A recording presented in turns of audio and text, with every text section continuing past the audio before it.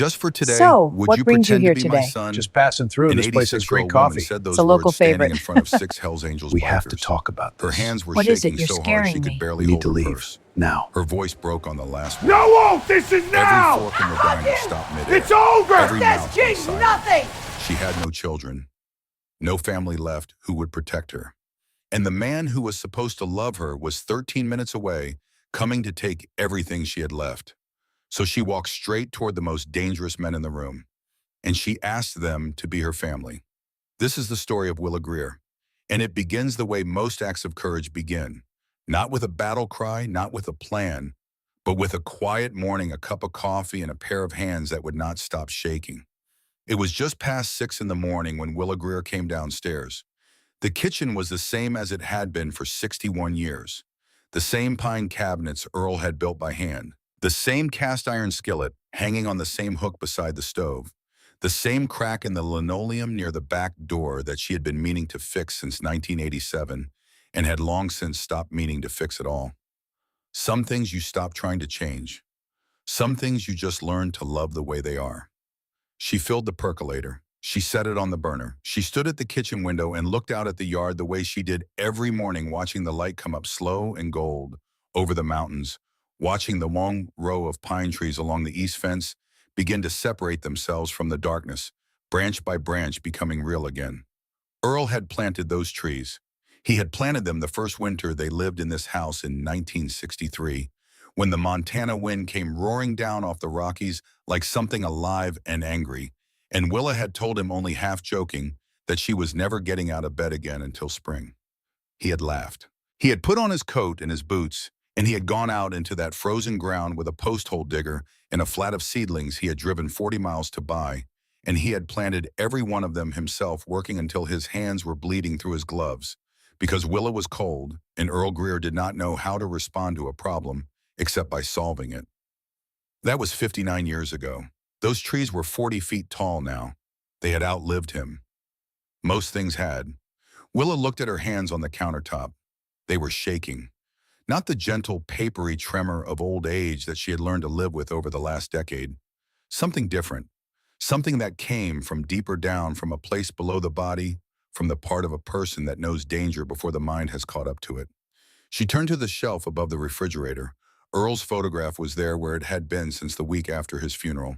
He was standing in the garden, squinting into the sun, holding a tomato in one hand and grinning like a man who had just won something. He looked ridiculous. He looked exactly like himself. Earl, she said to the photograph to the kitchen to the morning, I need to do something today that is either very brave or very stupid. I haven't decided which. The percolator began to bubble. The light kept coming up over the mountains. The pine trees stood where Earl had put them. She poured her coffee. She sat down at the table, and she waited for the day to begin. 3 weeks earlier, Willa Greer had been a woman who walked into Milford's Diner on Route 9 like she owned the place. That was how Betty Saylor had always thought of her. Not in an arrogant way, not in a way that took up space that didn't belong to her, just in the way of a person who had been somewhere long enough to know that they belonged there, who moved through a room without apology, who sat down and settled in and was simply fully present. Bet had been pouring coffee at Milford's for 10 years. She had started at 22, fresh off a Greyhound bus from Cheyenne, with $40 in her wallet and a very clear understanding that she needed to get as far away from her previous life as the $40 would allow. Milford's was where the bus stopped. The owner, a man named Leonard, who smelled like pipe tobacco and motor oil, had looked at her for about 4 seconds and said, the counter needs wiping and the coffee needs making, and you look like you know how to do both. She had. She still did. In 10 years, Bet had learned to read people the way some people read weather, by the way they held their shoulders, by the way they looked at the door when they walked in, whether they were checking who was there or checking for exits, by the way they stirred their coffee slow and thoughtful or fast and distracted, by the space between words when they ordered, which told you more than the words themselves. She knew Willa Greer well, had known her for most of those 10 years. Willa came in 4 mornings a week, always before 9, and always took the booth by the window on the east side of the diner, where the morning light came in straight and clean. She ordered Earl Grey tea hot and whatever the day's special was, and she ate alone and watched the parking lot and seemed perfectly content to do so. She was the kind of woman who made you sit up a little straighter without meaning to. 86 years old, silver hair, pinned back with two tortoiseshell clips, a wool cardigan in some shade of green or gray, no matter what season, and eyes that could cut through pretense like a blade through warm butter. 3 weeks ago, something had changed. Bet noticed it before she could have named it. Willa still came in at the same time, still sat at the same booth, still ordered the same tea, but the straightness had gone out of her spine just slightly, just enough to notice if you were looking for it. And she had started watching the parking lot differently, not the way she used to watch it with the easy attention of someone who simply liked to see the world going by. She watched it now the way you watch for something specific, something you are dreading. And then Preston Garvey had appeared. He had walked into Milford's on a Tuesday morning 3 weeks ago, and Bet had known immediately and instinctively that he was the kind of man who needed to be watched. Not because he looked dangerous, because he looked so very carefully like he didn't. 44 years old. Brown hair parted with precision. Khaki trousers pressed to a crease that could have cut glass. A pale blue shirt with the sleeves rolled to exactly the right point on the forearm. A leather folder tucked under one arm and a smile that had been practiced so many times it had become indistinguishable from a real one almost. He sat down across from Willa in the window booth. He set the leather folder on the table between them. He leaned forward and spoke in a voice too low for Bet to hear from across the diner, and Willa's shoulders dropped 2 inches in the first 30 seconds. Bet kept moving, kept refilling cups, kept wiping the counter, kept her eyes moving the way she had learned to do over a decade of watching a room. She noted the way Willa's hand hovered over the papers. Preston slid across the table, hovered and did not descend. The way Preston's practiced smile tightened at the edges when Willa pulled her hand back. The way he said as he stood to leave something that Bet caught only the end of. For your own good, Aunt Willa. And the way Willa sat for a long moment after he had gone, looking at nothing. That night, Bet had searched elder financial abuse on her phone and read until 2 in the morning. By the time she put it down, her hands were cold. The Tuesday that broke everything open was 6 days before the Thursday that changed everything. Preston had come back to Milford's, and this time he had brought his wife. Leanne Garvey was tall and fine-boned, with highlighted hair, and a way of carrying herself that communicated very clearly that she considered most rooms beneath her. She wore a ring on her right hand that cost more than Bet's car. She ordered nothing. Bet was restocking the condiment station behind the low partition at the back of the section. Close enough to hear. She had not planned to listen. She had not planned not to. She stopped moving the moment Leanne's voice rose above a murmur. The doctor's assessment has been filed. All we need is the signature on the power of attorney. Willa's voice came back thin. I don't understand why I need to sell my home. Preston's voice, gentle at the surface, steel an inch below. Because you can't take care of yourself, Aunt Willa. That's what the evaluation says. That's what the court will say if we have to go that route. But I feel fine, Willa said. Leanne cut in clean and final. The house is worth $1.4 million with the highway expansion. The window for this market won't stay open. You sign today, we handle everything, and you move somewhere safe. Betty's hand stopped moving entirely. $1.4 million. There it was, sitting on the table like something that had been there the whole time waiting for someone to turn the lights on. The appointment with the court is Monday, Preston continued. If you sign the power of attorney, now we do this quietly. If you don't, we file the competency petition and a judge decides. Either way, this is happening. There was a long silence. Then Willa spoke. And her voice was the saddest thing Bet had heard in 10 years of listening to people. Your mother was my sister, Willa said. She would never have done this to me. Preston's answer came without a pause. My mother isn't here, Aunt Willa. I am, and I'm trying to help you.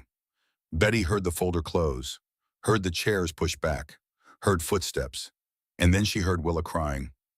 Not the loud breaking kind of grief, the quiet kind, the kind that comes from a person who has just understood fully and finally that they are alone. Bet stood behind that partition for 60 seconds. She was holding a bottle of ketchup and she did not know it. She did not sleep that night. She did not sleep the night after that. She kept turning it over. She was a waitress. She had no money, no connections, no power, no law degree. She knew what she had heard. She did not know what to do with what she had heard. And then Thursday came. There was something Bet had not told anyone even after 10 years. The first time Colt Maddox had walked into Milford's diner, she had gripped the edge of the counter with both hands and held on. 6 of them filing in through the front door, and the bell above it had sounded almost apologetic. Like even the hardware was aware it was announcing something larger than itself. The room had not gone quiet in any dramatic way. It had simply become more careful, more attentive, the way a field goes quiet when a hawk passes over. Colt Maddox was 57 years old, 6 feet of road-worn leather and gray threaded beard, with hands that looked like they had been through weather most people only saw in photographs. He had been riding with the chapter for over 30 years and running it for 12, and he had a way of occupying space that was not about aggression. It was about mass, about the simple physical reality that some things take up more room than others and do not apologize for it. The others came in behind him, Brick enormous and oddly graceful, the kind of man who moved carefully through the world because he had learned early that the world was not built to his scale. Deacon 63, the oldest of them, who kept a pair of reading glasses in his chest pocket and used them without any apparent self-consciousness. Tex 31, who made jokes that nobody laughed at and kept making them. Slade, lean and sharp-eyed, who noticed everything and said very little. Ridge, who almost never spoke at all except when something needed to be said, and who had in Betty's observation a nearly perfect record of saying the right thing when he finally opened his mouth. They came every Thursday, same time, same booth, same order. 6 cups of black coffee, the breakfast plate, scrambled no toast for Colt, extra toast for Brick. They tipped 30% and never once caused trouble. And after 2 or 3 months, the rest of the regulars had simply absorbed them into the fabric of the diner the way you absorb any recurring fact about the world. They were there. They had always been there. They would be there next week. On the Thursday that changed everything, they came in at 11:15. Beatty brought the coffee. She set the cups down one at a time the way she always did, and she looked up and across the diner, and she saw Willa Greer sitting at the window booth with her hands wrapped around a cup of tea that had gone completely cold. Betty looked at Willa. She looked at the booth in the corner where Colt Maddox was reading the laminated menu he had memorized years ago. She looked at the clock above the pie case. 11:17. Preston Garvey had said noon. 43 minutes ago, before she had even thought this far, some part of Bet had already started doing the arithmetic. She told herself to wait. She told herself she did not know enough. She told herself she was a waitress, and this was not her business, and she should go refill the coffee at the counter and keep her eyes in her own lane. She refilled the coffee at the counter. She wiped down the pie case. She watched Willa. 23 minutes passed, and then Willa Greer did something that made every thought in Betty's head go perfectly, completely still. She stood up, not quickly, not with any drama. She stood up the way a person stands up when they have been sitting very still for a very long time, thinking something over, and they have finished thinking, and they have made a decision, and the decision has frightened them badly, and they are going to do it anyway. She smoothed the front of her gray cardigan. She picked up her purse, that old brown leather purse she had carried for as long as Betty had known her, and she held it against her chest with both hands. She looked across the diner. She began to walk, not toward the door, not toward the counter, toward the corner booth. Bet's hand stopped on the handle of the coffee pot. The 2 old farmers at the counter, Dale Pruitt and Hank Odom, who had been eating the same lunch at Milford's since approximately the Reagan administration stopped chewing. A young couple in the far booth looked up from their phones. Leonard came to stand in the kitchen window. An 86-year-old woman, 5 feet and 2 inches tall, wearing a gray wool cardigan and carrying a brown leather purse, was walking directly and deliberately towards 6 Hells Angels. Nobody moved. Willa reached the booth. She stood at the end of it. Colt looked up. Their eyes met, and Bet, watching from 15 feet away, saw something happen in that fraction of a second that she would spend a long time trying to describe and never quite manage to. Not recognition exactly. Not warmth, not yet. Something more fundamental than either. Like 2 compasses suddenly aware of the same north. Willa's hands tightened on the strap of her purse. Her chin lifted just slightly, the way a person lifts their chin when they are about to say something that costs them everything they have. Just for today, Willa Greer said, "Would you pretend to be my son?" The diner didn't just go quiet, it held its breath. Betty felt the back of her throat close. She didn't know why yet. Not fully.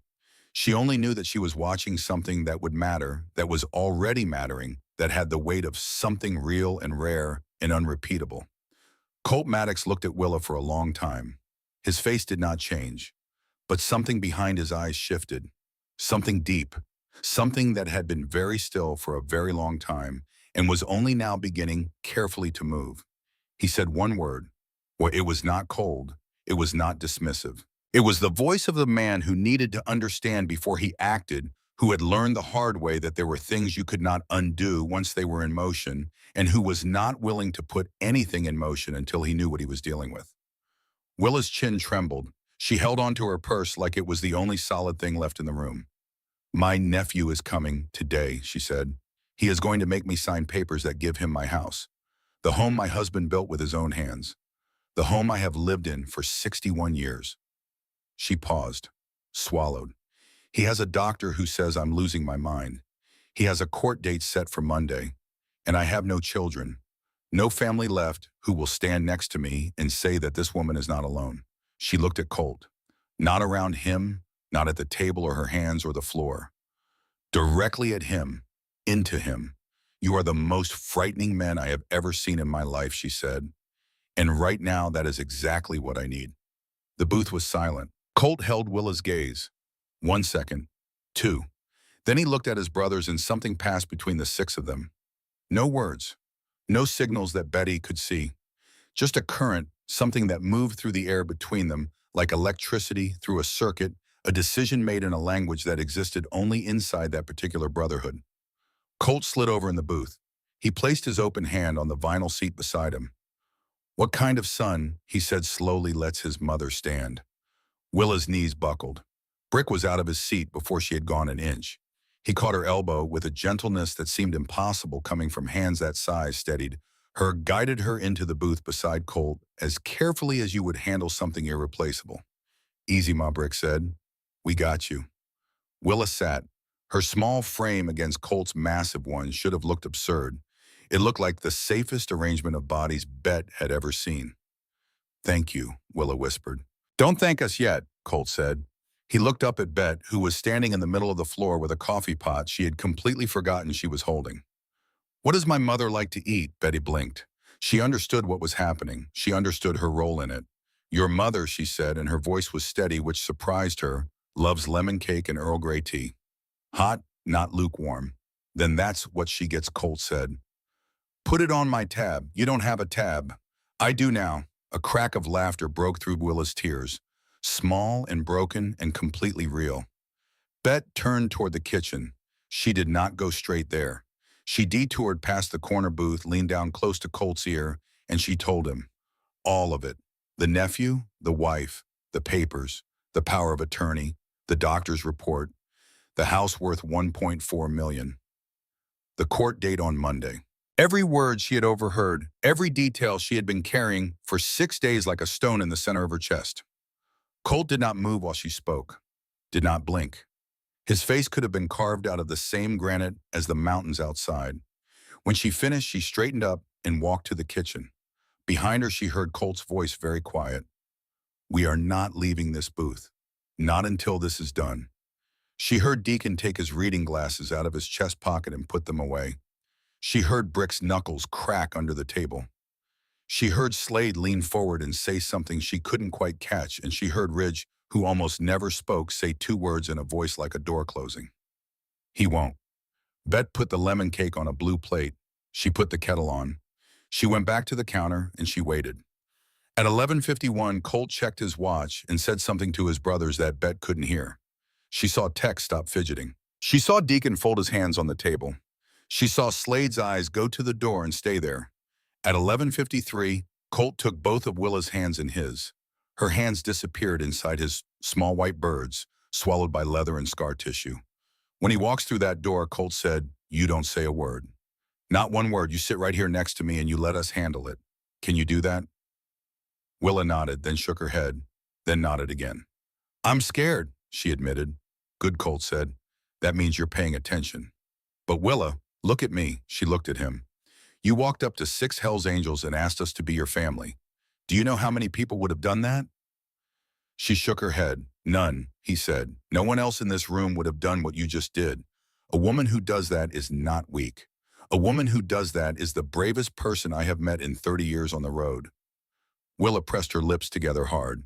Now eat your lemon cake, Colt said. Your son is telling you to eat. She laughed. She picked up her fork. And then, because life is rarely interested in giving you a moment to collect yourself before the next thing begins, the bell above the door jingled. Preston Garvey walked in, brown leather folder under one arm, Leanne behind him, phone in hand, sunglasses pushed up on her head. They were smiling. They were confident. They had come to collect a signature from a frightened old woman sitting alone at a window booth, and they had absolutely no doubt in the world that that was what they were about to do. They found her in the corner booth, surrounded by 6 Hell's Angels, eating lemon cake. Preston's smile did not disappear immediately. It went through stages. It froze. It cracked. It slid off his face like something that had never really been attached. Leanne walked into his back. Preston's eyes moved across the booth. Leather, patches, tattoos. 6 men who looked like they had been cut from the same hard material as the mountains outside. And in the middle of them, like something precious held inside a fist of iron, Willa Greer. Sitting upright, cake on her fork, eyes clear, she was smiling. Colt did not stand. He did not need to. He looked at Preston Garvey the way a man looks at something small. Crossing a field he has been watching for a long time. Patient, certain, waiting. Preston found his voice. Aunt Willa, tight, controlled. I see you have some company. Willa opened her mouth and then caught Colt's eye and closed it. Colt spoke instead. She does. 2 words, flat, final, a small, careful silence. And you are, Preston asked. Colt smiled. The kind of smile that has nothing in it that resembles friendliness. I'm her son. The temperature in the room dropped 10 degrees. Leanne's phone hand dropped to her side. That's not possible, she said. She doesn't have children. Brick looked over from across the table. His voice was a low, unhurried rumble. She's got 6. Preston's grip tightened on the leather folder. Betty could see his knuckles going white along the edges. He was recalibrating. She could see it happening behind his eyes, the rapid, cold arithmetic of a man who has invested months in a plan and is deciding whether to adapt it or abandon it. He chose to adapt. Aunt Willa, he said softer now, reaching for the gentleness that had always been his most effective weapon. I think there may be some misunderstanding here. These men don't know your situation. They don't know what you're facing. I'm your family. I'm the one who has been visiting you, looking out for you, making sure you're taken care of. He paused, let his eyes move deliberately across the booth. Is this really who you want making decisions about your future? It was a good move. Betty had to give him that. Calculated, clean, designed to remind Willa that these men were strangers and he was known. That familiarity was safety, and the unfamiliar was risk. She watched Colt's hand close over Willa's on the table. One firm, quiet press. Steady. Willa lifted her chin. Preston, she said. Her voice was shaking, but it was getting stronger with each word, like a fire that has found its air. You gave me a phone that only calls you. You brought a doctor to my house who stood in my living room for 12 minutes and never once sat down and then wrote a report saying, I cannot think straight. You want me to sign away my home, the home your Uncle Earl built with his own hands, so you can sell it. She looked at Preston directly, through him. These men have known me for 45 minutes, she said, and in those 45 minutes they have shown me more kindness than you have shown me in 2 years. The diner was so quiet that Beatty could hear the ice settling in someone's water glass at the far end of the counter. I am not signing anything, Willa said. Not today, not Monday, not ever, not. Something moved through Preston's face. Just for a second. Just long enough. Bet saw it, and she knew that Willa had been seeing it for months under all the pressed khakis and the practiced smiles. The cold, stripped-down fury of a man who has been denied something he had already decided belonged to him. You're making a mistake, he said, low, almost a whisper. Colt stood up. He didn't rush. He didn't lunge or raise his voice or make a single movement that was not completely, deliberately controlled. He simply rose the way a mountain decides to be taller, and he extended one hand toward Preston, palm open. The folder, he said. Every sound in the diner stopped. Even the ceiling fan seemed to pause. "These are legal documents," Preston said. "You cannot—" "I didn't ask what they are," Colt said. His hand did not move. His eyes did not move. "I said give them to me." 10 seconds passed. Preston Garvey looked around the diner. He looked at Dale and Hank at the counter. He looked at the young couple in the far booth. He looked at Leonard standing in the kitchen window. He looked at Bet standing behind the counter with a coffee pot she had forgotten again. He looked at 6 bikers and at Willa, who was not trembling anymore. He handed over the folder. Colt took it. He did not open it. He did not read it. He took it in both hands and he tore it in half. The sound was sharp and clean and very final, like something being decided. Then he tore it again and again. Paper fell across the table in pieces. Colt brushed his hands clean and sat back down. There, he said, simpler. Willa covered her mouth with both hands. Her eyes were streaming, but she was not crying from fear. Those were notarized documents. Preston's voice had gone thin, all the polish worn off it. "I will call the police. I will have all of you." For what? Slade leaned back in the booth with his arms crossed, easy and unhurried. Destroying papers, an elderly woman never agreed to sign go ahead. "Call them. We'll wait." He gestured at the table. "We've got coffee." Preston opened his mouth, closed it. Something had left him. Betty could see the exact moment it went. Colt leaned forward. "Not far, just enough. Here is what is going to happen," he said. His voice was quiet. The quiet of a man who has no need to prove what he holds. "You are going to cancel your Monday appointment. Willa is going to see an independent doctor. One she chooses. Not you, not anyone you arrange." He paused. "And if we hear that you have contacted her, visited her, or sent anyone to her home without her permission, you will see us again. And next time we will not be sitting in a diner eating lemon cake." Leanne grabbed Preston's arm. Hard. "We're leaving," she said. Preston stumbled back a step. He looked at Willa one more time, and what Bet saw in his eyes then was not anger. It was not even calculation. It was fear. The fear of a man who had built a very careful plan and is watching the walls of it close in from all directions at once. The bell above the door jingled as they pushed through it. Silence held the room for 3 full seconds. Then Willa turned into Colt's side and wept. Deep, full years of loneliness weeping that shook her entire small body. Colt wrapped both arms around her and held her. Brick put his hand on her back. Deacon took off his reading glasses and cleaned them very carefully and did not put them back on. Tex stared at the table with his jaw locked and his eyes too bright. Slade looked out the window. Ridge bowed his head. From somewhere near the counter, someone began to clap. It was Dale. Then Hank. Then the young couple in the far booth. Then Leonard in the kitchen window, flour on his hands, clapping steadily. Then Bet, who had tears running down her face and had stopped caring who noticed. It was not a loud sound. It was not a triumphant one. It was something quieter than triumph. The sound of a room full of strangers who had just witnessed something they would not forget, something real and messy and imperfect and entirely, absolutely human. Willa lifted her head from Colt's chest. Her silver hair had come loose. Her eyes were red. Her face was wet. She looked around at these men, these 6 strangers who had said yes to a question nobody else would have heard. "I asked for 1 son," she said. Colt looked at her. "You got 6, he said, "and we don't do refunds." Willa laughed through her tears, and Bet, standing behind the counter in Milford's Diner on Route 9 in Billings, Montana, set down her coffee pot and thought with absolute certainty that this was not over. Preston Garvey was not a man who walked away. He was a man who regrouped, and whatever was coming next would be worse than what had just happened. She was sure of it. Standing there in the wreckage of what had just been something beautiful and frightened and brave, she was already thinking ahead, already thinking about what she knew and what she had heard and what she needed to do with it. Because Willa Greer had walked toward the most dangerous table in the room and asked 6 strangers to love her. And they had said yes. But saying yes was only the beginning. It took Preston Garvey exactly 41 hours to regroup. The first sign came on Saturday morning, 2 days after the diner. Willa's landline rang at 8:30. Not the cell phone Preston had given her, the old landline, the number she had kept since 1978, the one Preston had apparently not thought to account for because he had been so focused on controlling the phone he had provided that he had not considered the one that had simply always been there. She picked up on the 3rd ring.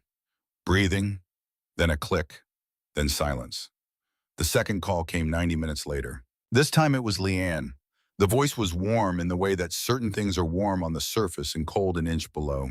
Honey over something hard. Willa, sweetheart, I just want you to know that we are not angry. We understand that you were confused. We understand that those men took advantage of your trust, and we forgive you completely. But we do need to talk. Just family. No strangers involved. Could we come by this afternoon just to sit down together? Willa gripped the receiver. Her knuckles ached with it. No, she said. Willa, we just want to. I said no, Leanne. She hung up. She set the receiver down carefully, as though being careful about it mattered, as though the precision of the gesture could contain the trembling in her hands. She stood at the kitchen counter for a moment. Then she noticed something. Her spine felt different. It had felt different since Thursday, like something had been installed in it overnight while she was sleeping. Something straighter, something harder, like a rod of something that did not bend. She picked up the prepaid phone Colt had given her before they left the diner Thursday night and pressed the button.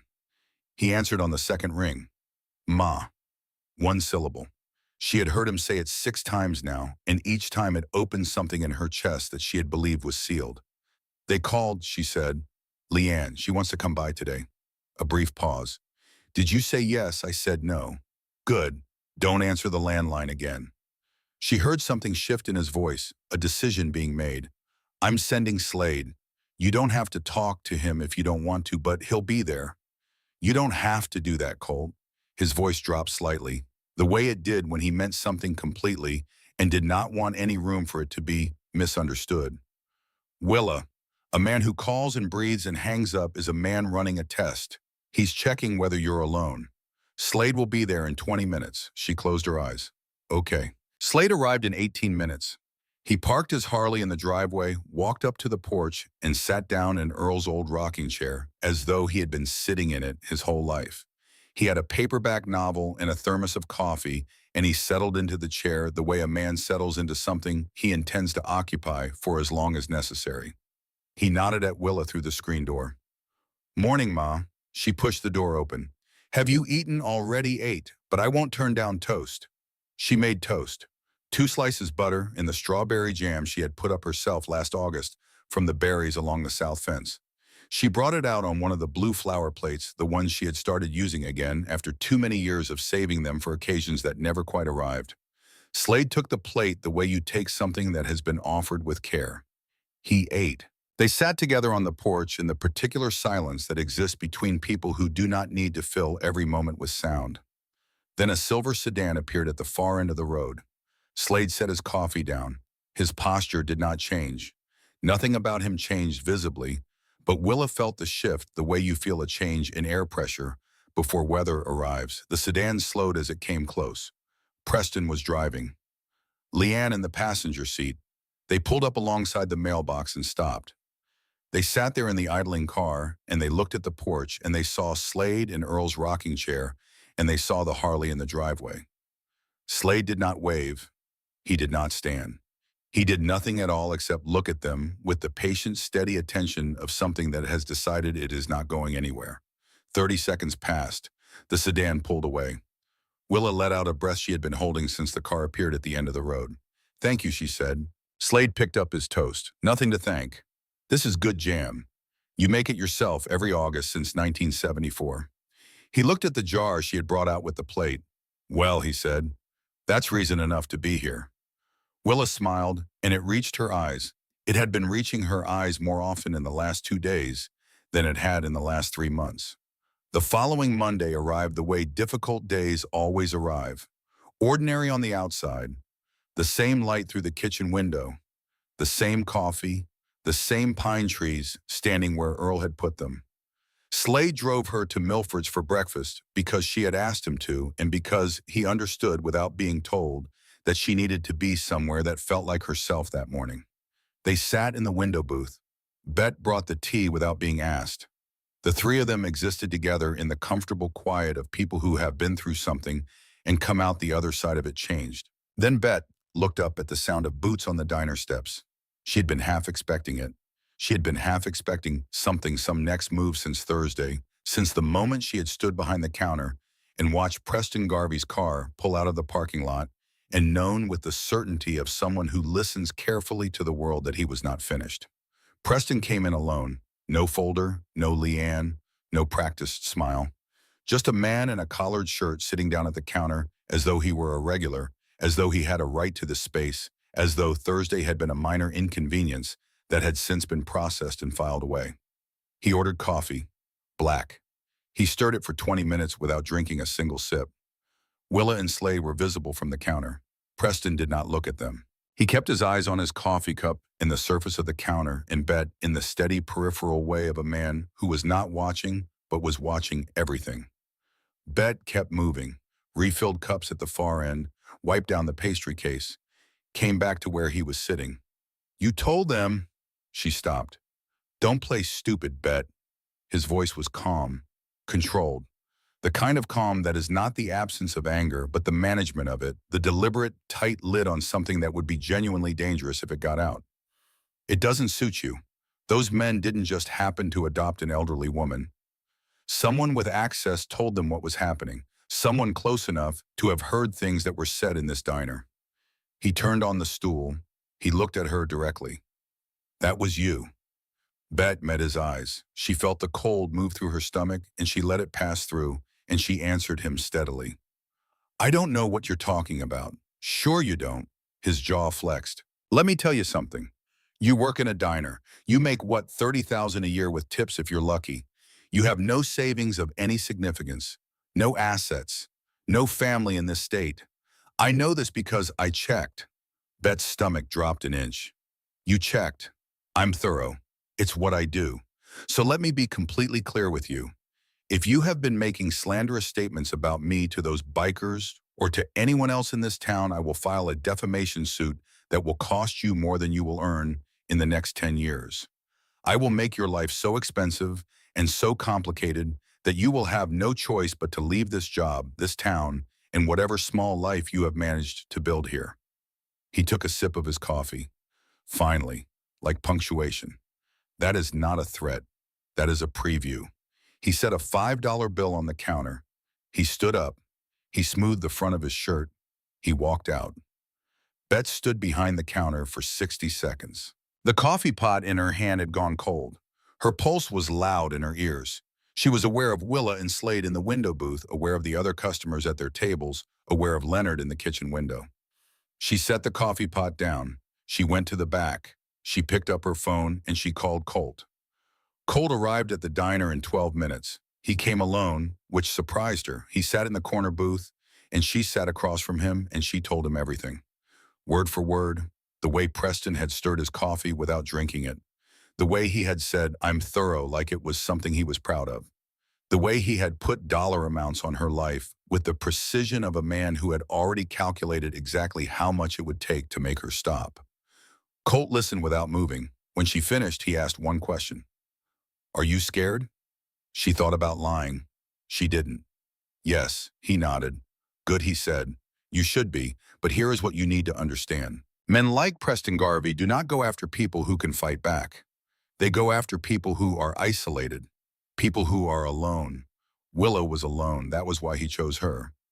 Now he thinks you're alone too." He leaned forward slightly. "You're not." Betty felt something give way in her chest, not collapse, release. The specific relief of being seen clearly by someone who understands exactly what kind of danger looks like when it comes wearing a collared shirt. "What do I do?" she asked. "Nothing different. You come to work. You do your job. If he comes in, you serve him his coffee and you walk away. You do not engage. You do not argue. You let him talk to a wall. And if he actually files a lawsuit," Colt's jaw tightened briefly. "He won't." "How do you know?" "Because a lawsuit means discovery. It means his financial records get opened. It means his communications are subpoenaed. It means the arrangement he made with Stanton gets examined in a room with a judge present. Preston Garvey is not going to invite a court to look at what is under his hood. He is a bully with a briefcase and bullies fold when they find out the other person isn't going to flinch." Bet looked at him across the table. "You sound like you've dealt with this before." Something crossed Colt's face, fast and real and painful in the particular way of old wounds that have healed imperfectly. I had a mother, he said. I didn't protect her. I was 19 and already on the road, and I told myself she was fine, that she didn't need me, that I'd check in properly next month. And by the time I finally understood what was happening to her, she had already signed everything over to a man who had spent 8 months telling her he loved her and couldn't live without her. He stopped. Bet waited. She died in a state facility 6 months later, in a room with a number on the door instead of her name. She held my hand the last time I saw her, and she said, "It's okay, Jack. I know you were busy." She forgave me. He cleared his throat. I have never forgiven myself. He looked at Bet. So when a frightened old woman walks up to my table and asks me to be her son, that is not a coincidence. That is, whatever you want to call it, giving me a second chance. And I am not going to waste it. Betty could not speak. She looked at the table, then at him. Now Colt said, his voice shifting back to the practical, because he was a man who felt things deeply and did not allow himself to drown in them. There is something I need you to do. Anything. File an anonymous report with Adult Protective Services. Tonight. Everything you heard, every date, every detail, the doctor, the phone, the isolation, the value of the property, the pressure campaign. All of it. Can you do that? Yes. Don't wait. Do it tonight. He stood. He put a 20 on the table for the coffee he hadn't ordered and walked to the door. At the threshold, he stopped and turned back. Bet. She looked up. Thank you for hearing her. Most people walk through a room and hear nothing. You heard her. He left. Betty sat in the booth for a long time in the quiet of the late afternoon diner. Then she pulled out her phone, found the number for the Montana Adult Protective Services hotline, and made the call that would, in ways she could not yet see, begin to pull apart everything Preston Garvey had built. Wednesday came. Deacon picked Willa up at 8 in the morning in his truck, a Ford F-150 that he had cleaned inside for the first time in what Colt had privately estimated to be several years. The floor mats were damp from washing. There was a pine air freshener on the rearview mirror that smelled aggressively of forests. Willa climbed in with her good cardigan buttoned to the throat and her purse on her lap and said without looking at him that she appreciated the effort with the truck. Deacon said he didn't know what she meant. She looked at him, he looked at the road. They drove in silence to Helena, which Willa appreciated. She was not a woman who needed to fill a car ride with talk. She looked out at the Montana morning, at the land opening up flat and then beginning to rise at the sky, which was the particular pale blue of early fall, and she thought about Earl, who had driven this road with her more times than she could count, who had always held her hand on long drives even after 40 years of marriage, who had made her feel for the 42 years they had together that she was the most important thing in whatever room they occupied. She thought about what she was going to say to the doctor. She thought about what it meant that she had to say anything at all, that she had to sit in a room and prove with tests and questions and the performance of her own competence that she was who she had always been, that she had to demonstrate to a stranger what anyone who had known her for 5 minutes could have told them for free. She thought about the 7 words she had said in the diner, and she thought about what it had taken to say them, and she thought that if she could do that, she could do this. Dr. Carolyn Voss was based out of a neurology practice in a low brick building on the east side of Helena, and she was nothing like Dr. Stanton. She was a woman in her mid-50s with reading glasses on a chain and an unhurried manner that communicated immediately and completely that she was not going anywhere until she understood exactly who she was dealing with. She shook Willa's hand. She offered her water or tea. She sat down, not at a desk across it from Willa, at a distance, in a chair angled toward Willa's at conversational range. She sat down and she looked at Willa and she said, "Tell me about yourself," and she meant it. The evaluation took 2 hours and 11 minutes. Dr. Voss asked about Willa's medical history, her medications, her sleep, her appetite, her daily routine. She asked about Earl. She asked about the garden. She asked about Ruth, Willa's sister. She administered cognitive assessments, the memory tests, and the clock drawings, and the pattern recognition, but she did them as part of a conversation rather than as a transaction, and she explained each one before she administered it, and she thanked Willa after each one, and she wrote things down with the attention of someone for whom the writing actually mattered. In 20 years of practice, Dr. Voss had conducted hundreds of these evaluations. She had learned to recognize, within the first 20 minutes, the difference between a patient who was genuinely struggling and a patient who was simply frightened. Willa Greer was not struggling. She was furious in a quiet, controlled way that Dr. Voss found both admirable and entirely consistent with full cognitive capacity. At the end of 2 hours and 11 minutes, Dr. Voss removed her reading glasses and let them rest on the chain. Mrs. Greer, she said, you are not cognitively impaired. Your memory is within the expected range for a healthy 86-year-old. Your reasoning is intact. Your judgment is sound. There is nothing in this evaluation that would support a finding of incompetency. Willa looked at her. She had known this. She had known it the way you know things about yourself that are simply true, that require no external confirmation.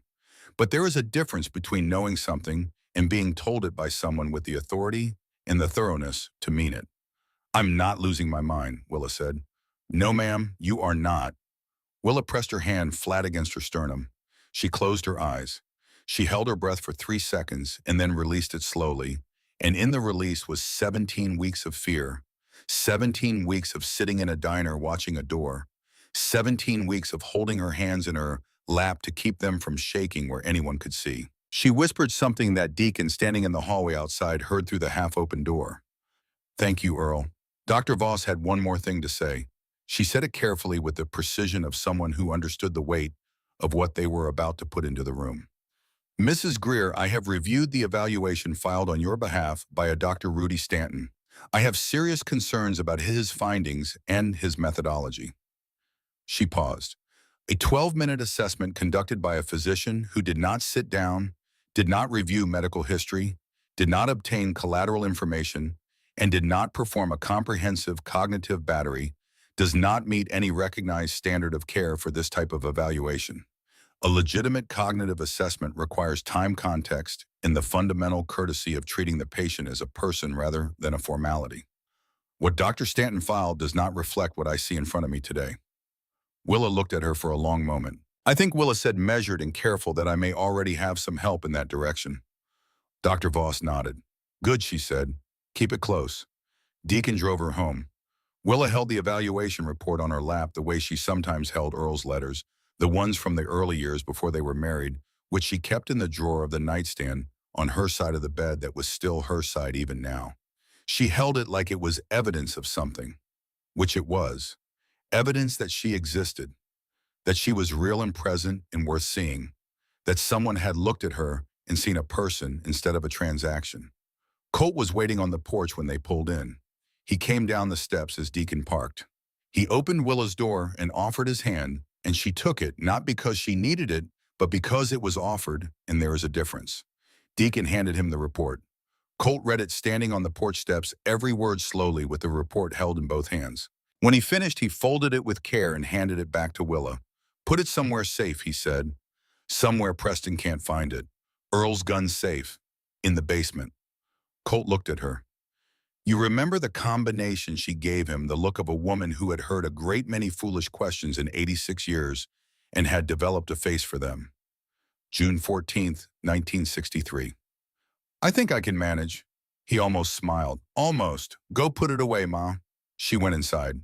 And while she was downstairs, Colt stood on the porch and Deacon stood beside him and looked at the house in the late afternoon light, and Deacon said what he had been seeing since the first Saturday he had walked around the property. The east gutter is pulling away from the fascia. 2 sections. The porch rail on the north side needs the posts re-anchored. They've been heaving with the frost. There's something going on with the foundation vent on the southeast corner that I want to get under and look at. And Colt, the kitchen faucet has been dripping for what looks like years. There's water damage under the sink cabinet that's been sitting long enough to go soft. Colt looked at the house. The white paint going thin in places. The garden beds that had been empty and overgrown when they arrived and were now turned and waiting, the tomato plants they had put in along the south fence beginning to take hold. Saturday, Colt said. All of us. Full day. Deacon nodded.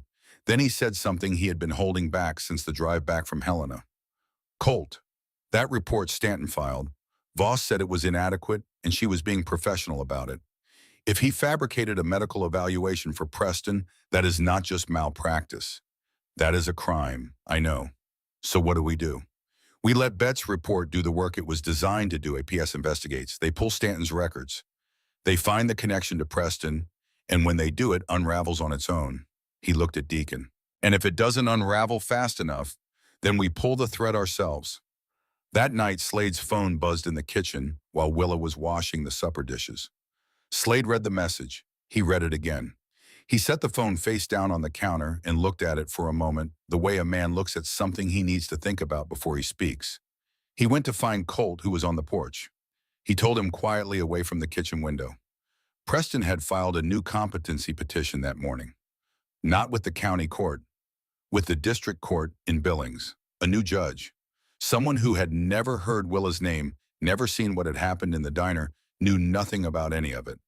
And Stanton had filed an amended report, an extended evaluation he was calling it, claiming he had conducted a follow-up assessment the previous week. Willa had not seen Stanton since the first visit. Colt stood on the porch for a long moment. The mountains were black against the sky going dark, and the pine trees were moving in the evening wind. And inside the kitchen, Willa was still washing dishes, still humming something low and old that he couldn't quite make out. The hearing was set for 7 days out. Does she know? Colt asked. Not yet. Don't tell her tonight. He looked through the kitchen window at Willa. She got her evaluation today. She got good news today. Let her have this evening. Then what? We need a lawyer. The name had been sitting in the back of his mind since the day after the diner. Slade had mentioned Miriam Dunbar 3 days ago, an elder law attorney out of Missoula. Someone Slade knew through a connection that had its own complicated history, but the history was the history's problem. Right now, the only thing that mattered was that Miriam Dunbar was exactly the kind of attorney that cases like this one required. Call her, Colt said. Right now, tonight. Tell her everything. Slade pulled out his phone and walked to the far end of the porch. Colt stood alone. He looked at his mother's photograph on his own phone for a moment, that old photograph of her standing in front of a house that hadn't been hers anymore by the time it was taken, smiling because she was the kind of woman who smiled for photographs, regardless of what was true behind the smile. He put the phone away. Inside, Willa finished the dishes. She dried her hands on the towel with the embroidered border that had been a gift from her sister Ruth 20 Christmases ago. She folded it over the oven handle. She walked to the front door and looked through the screen at Colt on the porch. Jack. He turned. Come inside, it's getting cold. I'm fine. She gave him the look. I didn't ask if you were fine.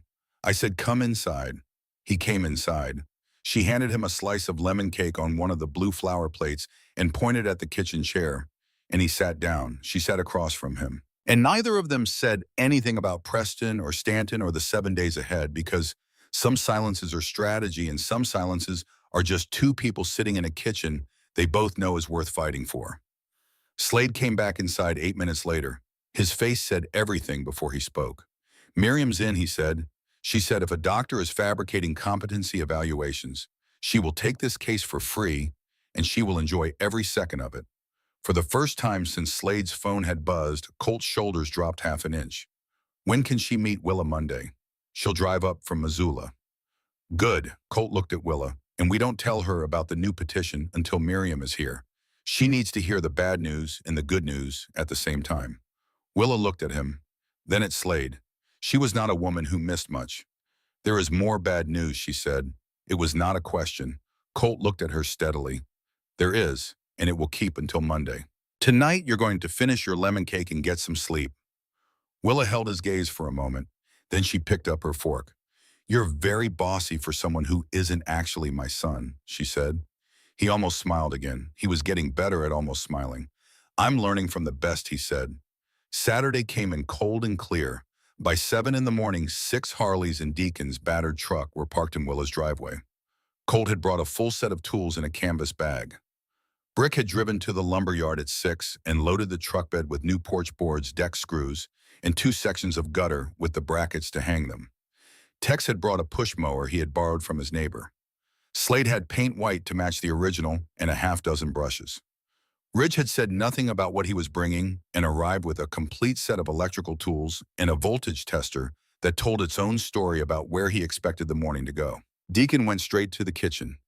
Willa was already up dressed, standing at the counter with her coffee, and when she saw them all filing in from the driveway, she pressed her hand to her mouth for a moment, and then straightened up and said in a voice that was completely steady, "Oh, I'd better start making sandwiches."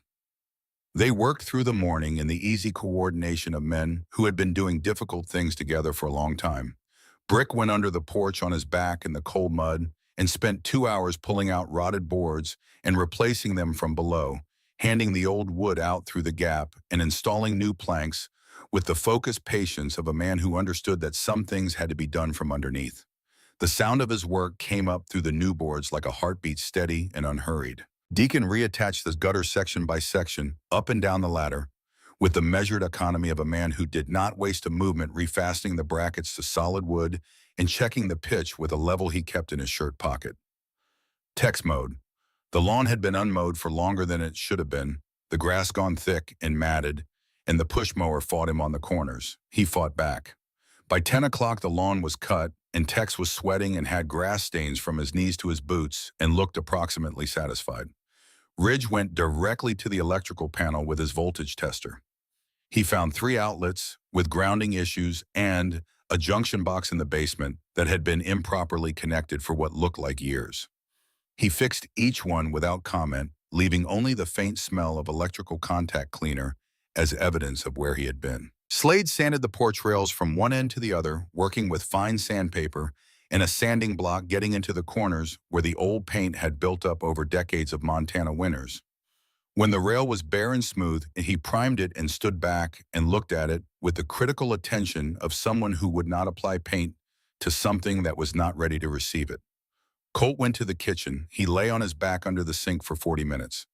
The drip had been going long enough that the cabinet floor had softened and would need to be replaced, but the source was a corroded fitting on the supply line that was simple enough to fix if you had the right parts, which Colt had because he had looked under the sink on Wednesday and driven to the hardware store in Billings on Thursday. He replaced the fitting, replaced the supply line, tightened the drain connections, and when he turned the water on, the faucet ran clean and silent for the first time in longer than anyone could remember.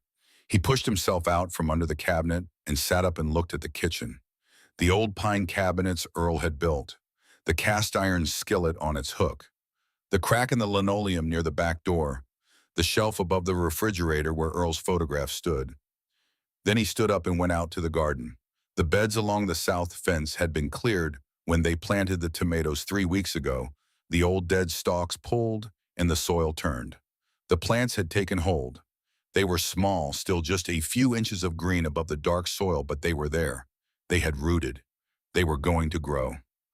Willa came out through the back door. She stood beside Colt at the edge of the garden. Neither of them spoke for a moment. The mountains were clear in the morning light, the sky enormous and pale and clean, the way Montana sky gets in fall when the air has a bite in it. You didn't have to do the garden, Willa said. Earl grew tomatoes every year. I know he did. Colt looked at the plants. Every year the first one of the season was for you. He always brought it to me like it was something rare, Willa said. Like he had found it rather than grown it. She was quiet for a moment. After 60 years, I still used to look forward to it. Colt looked at her. Then the first one of the season is for you, he said. Same as always. Willa reached out and put her hand on his arm. Just briefly. Just enough. Jack, she said. It was the first time she had used his given name. Why are you doing all of this? Not just today, all of it, from the beginning. Colt looked at the garden. He looked at the mountains beyond the tree line. He looked at his hands scarred and calloused and stained with road grease, and now with primer from the porch rails and grease from under the kitchen sink. Because someone should have done it a long time ago, he said, and because I wasn't there for someone else when it mattered. He did not explain further. He did not need to. Willa squeezed his arm once and let go. By noon, the porch boards were solid, the gutters reattached and properly pitched. The kitchen faucets silent, the lawn cut, the rails sanded and primed. The electrical issues Ridge had found were corrected, and the house was in ways that went beyond the physical repairs, safer than it had been in years. Willa brought the sandwiches out to the porch. Turkey mustard, the good bread from the bakery in town. Lemon cake that Bet had dropped off that morning with a note that said, "Give them hell, Willa," in handwriting that leaned forward like something in a hurry. They ate on the new porch boards in the fall sunlight. For 20 minutes, nobody talked about Preston or Stanton or court dates. Tex made a joke that nobody laughed at. Deacon told a story about a road trip to Sturgis in 1997 that involved a misidentified campsite and a state trooper who had in Deacon's account a surprisingly good sense of humor about the whole thing. Willa laughed so hard she spilled her lemonade on Brick's boot, and Brick said it was the most distinguished thing that had happened to that boot in years. Ridge ate his sandwich and said nothing and looked entirely content. Willa sat on the new porch boards of the house Earl had built and looked out at the garden where the tomato plants were rooting in the turned soil and listened to these men, her impossible and improbable and entirely unlooked-for family, and she thought that this was the best afternoon she had had since Earl died. Then Slade's phone buzzed. He glanced at it. His face changed. He stood up and walked to the far end of the porch and read the message again. Then he walked back to Colt and leaned down. "We need to talk," he said quietly. Colt read Slade's face the way he read a highway fast and accurately and without room for second guessing. He looked at Willa. He put his hand briefly on her shoulder. "We'll be right back, Ma." They went inside the kitchen. Slade told him. The new petition, the district court in Billings, the fabricated second evaluation, the hearing in 7 days. Colt's jaw tightened so slowly and so completely that Slade could hear his back teeth grind. "Does she know?" "Not yet. Keep it that way today."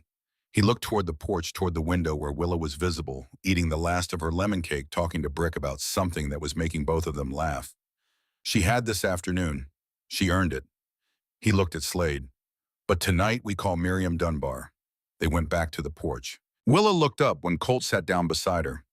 "Everything all right?" she asked. "Working on it," he said. He picked up his coffee. "You want more lemonade?" She studied him for a moment with those sharp, clear eyes.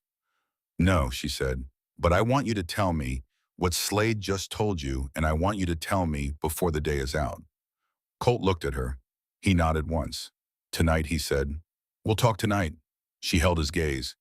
Then she accepted it and turned back to the view, to the mountains, and the garden, and the pine trees Earl had planted 59 years ago, because she was cold, and she let the afternoon be what it was. Whole and good and enough. The following Monday arrived the way difficult days always arrive. Ordinary on the outside, the same light through the kitchen window, the same coffee, the same pine trees standing where Earl had put them. Colt had told Willa everything Saturday night as promised. He had sat across from her at the kitchen table and told her about the new petition, the fabricated second report, the Billings District Court, the 7-day timeline.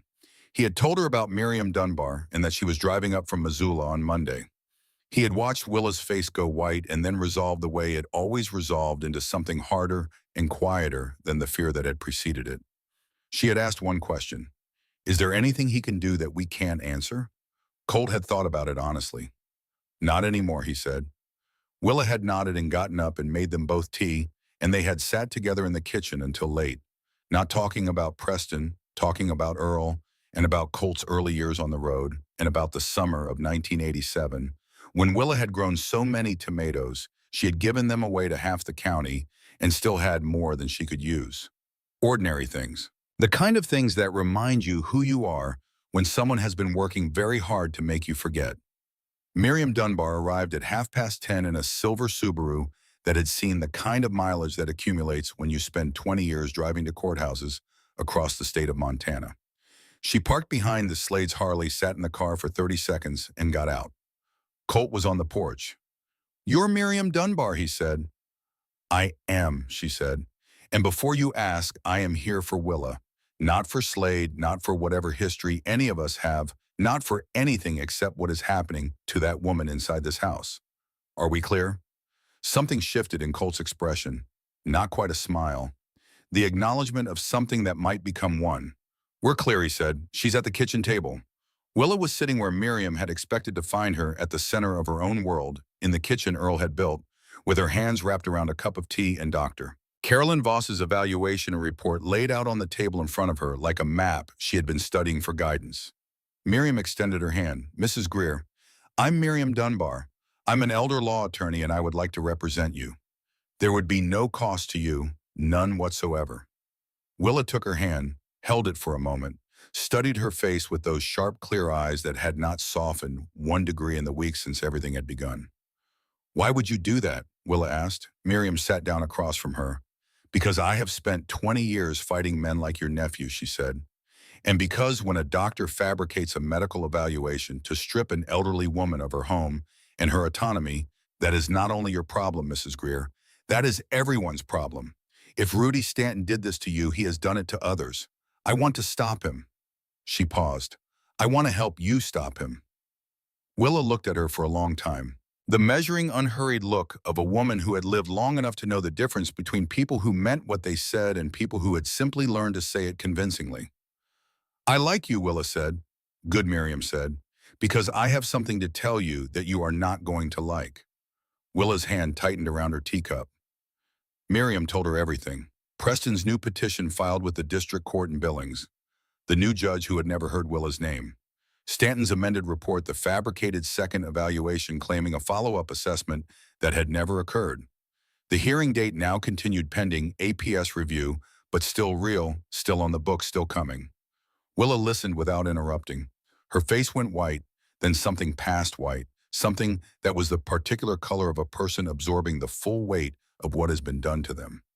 He won't stop, she said when Miriam had finished. He will never stop. He will, Miriam said, because I am going to stop him, but I need your help, and I need you to trust me. What do you need? Miriam opened her briefcase. I need everything, every document, every letter, every phone record you have access to. The phone Preston gave you, any voicemails, any written communication. I need a detailed account of Dr. Stanton's visit. Everything you remember. What he asked, how long he stayed, what he did, and what he didn't do. Willa straightened in her chair. He was here for 12 minutes, she said. He stood in my living room. He asked me to count backwards from 100 and to draw a clock face on a piece of paper. He did not ask me about my medical history. He did not ask me about my medications. He did not review any of my prior records. He did not sit down. Miriam's pen stopped moving. He didn't sit down. He stood in the center of my living room the entire time. When he was finished, he walked out to the driveway and spoke with Preston for approximately 10 minutes. I watched from the window. They shook hands before Dr. Stanton drove away. Miriam set her pen down. She looked at Willa with something that was not quite controlled. In 20 years of practice, she said, I have never encountered a legitimate cognitive evaluation conducted by a physician who did not sit down. Not one. She paused. A 12-minute assessment with no medical history review, no collateral information, no review of prior records, and no physical examination does not meet any recognized standard of care. Combined with the fabricated second report, the controlled phone, and whatever Gerald Marsh is finding in Stanton's records right now, Preston Garvey's entire case collapses. Willa was quiet for a moment. 7 others, she said. At least 7. Gerald is still reviewing. Willa looked out the kitchen window at Earl's pine trees. They stood the way they always stood, patient and tall, and completely unmoved by everything that happened beneath them. Those people, Willa said. Those other 7 people. Do they still have their homes? Miriam was quiet for a moment. Not all of them, she said carefully. Willa closed her eyes. When she opened them, something had settled in her face. Something that was not resignation and not anger, but a combination of the two that was harder and quieter than either one separately. Then we do this right, Willa said. We do this so it cannot be undone. Miriam Dunbar looked at Willa Greer and thought, not for the first time since she had pulled into this driveway, that she was looking at someone who had been underestimated by everyone in her life for a very long time, and that this was Preston Garvey's most catastrophic miscalculation. Yes, ma'am, Miriam said. That is exactly what we do. They worked for 3 hours at that kitchen table. Miriam documented everything. She photographed the phone Preston had given Willa, confirmed that it contained a single contact. She took a full statement, date by date, detail by detail, from the first visit Preston had made after his 2 years of silence to the night he had parked in the driveway and left his headlights on like a warning. She reviewed Dr. Voss's evaluation line by line and made copies of every document, returning the originals to Earl's gun safe in the basement, the combination to which was June 14, 1963, and which Willa provided without hesitation or any patience for the suggestion that she might have forgotten it. When Miriam stood to leave, she shook Willa's hand again. Mrs. Greer, I want you to understand something. What Preston Garvey has done to you is not simply a civil matter. Elder financial abuse is a felony in Montana.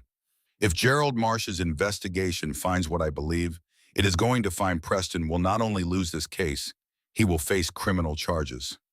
Willa nodded slowly. I don't want him in prison, she said. He is my sister's son. My sister loved him. I want him to stop. I want him to be stopped from doing this again, but I do not want him destroyed. Miriam's expression softened. That, she said, is your choice to make. But we cannot give him the option to continue, Mrs. Greer. What we can do is make certain that the door he has been trying to walk through is closed, permanently, for you and for anyone else he might consider. Willa walked her to the door. She stood on the new porch boards and watched Miriam's silver Subaru back down the driveway. Then she went back inside and stood in the kitchen and let herself be angry. Not the frightened, helpless anger of someone who cannot see a way through.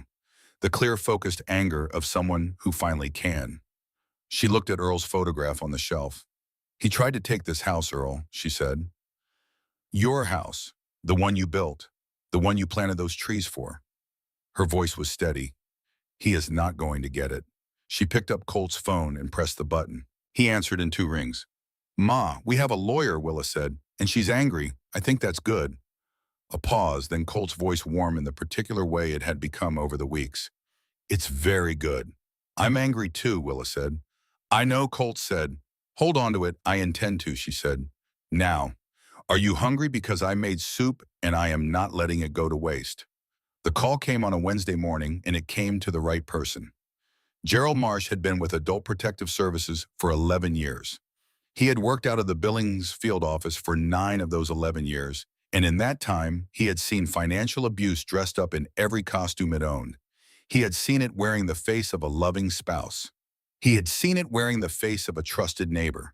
He had seen it wearing the face of a son, a daughter, a niece, a nephew, a friend from church who had offered to help with the bills. He had learned over 11 years that financial abuse of the elderly was the quietest crime in the world. It left no bruises. It happened in living rooms and at kitchen tables and in the offices of notaries public in voices that were warm and reasonable and concerned. It was almost always invisible until it was complete, and by the time it was complete, there was almost never anything left to recover. He had read Bet Sailor's anonymous report 3 times before he picked up the phone. It was detailed, specific. It had dates and times and direct quotes. It named a doctor. It named a property value. It described isolation tactics with a clarity that told Gerald the person who filed it had done their homework, had sat up late reading about these things, had connected dots that most people never even saw as dots. Whoever had written this report was not a professional. They were something rarer and more valuable. They were paying attention. Gerald opened a case file. He typed the name at the top of the first page. Willa Greer, case number 2024-1187. Then he pulled up Dr. Rudy Stanton's license record in the Montana Medical Board database, and he started reading, and within 20 minutes he had stopped reading and was staring at the wall of his office with both hands flat on his desk. He picked up the phone and called Miriam Dunbar. She answered on the second ring. I've opened a formal investigation, Gerald said without preamble, because Miriam was not a woman who required preamble. The report I received on Willa Greer was detailed enough to trigger an immediate review. But Miriam, I pulled Stanton's records. A pause on her end. How bad? 7, Gerald said. The silence that followed was the kind that fills up with something other than quiet. 7 patients, he continued. 3 counties, 2 years, all evaluated by Stanton, all subsequently placed under conservatorship or had assets transferred to family members. All of those family members benefited financially, some of them substantially. He's running a mill, Miriam said. That is exactly what it looks like. The same family in all 7 cases. Number Stanton had multiple clients, multiple arrangements. Your Preston Garvey is one of several, but Gerald Garvey's case is the most deliberate of all of them, the most planned. The isolation tactics, the controlled phone, the 12-minute evaluation, the fabricated second report filed after the first confrontation. This wasn't opportunism. This was months of architecture. Miriam was quiet for a moment. Gerald could hear her thinking. I'm filing a motion to continue the hearing, she said. Today, with your investigation active, no judge in this state should allow a competency determination to proceed. I'll request that the court delay any ruling until APS completes its review. I'll have my formal recommendation to the court by end of day, Gerald said. And Stanton, I'm referring the matter to the Montana Board of Medical Examiners this afternoon. And to the county attorney's office. He paused. Miriam, if the board moves quickly on this, Stanton won't have a license to practice by the time this goes to trial. Another silence. This one different from the first. Lighter, you just saved her house, Miriam said. I haven't saved anything yet, Gerald said, but I intend to. He hung up. He sat at his desk for a moment. Then he opened the case file again and began to type. The hearing was set for a Tuesday.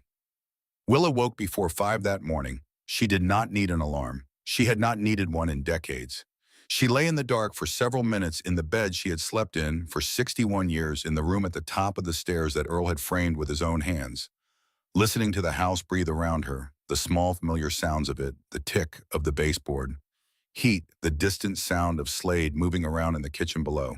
2 months earlier, after she had fallen, reaching for a bowl on the top shelf, and had lain on the kitchen floor for 20 minutes before she could get to the phone, Colt had asked her a question.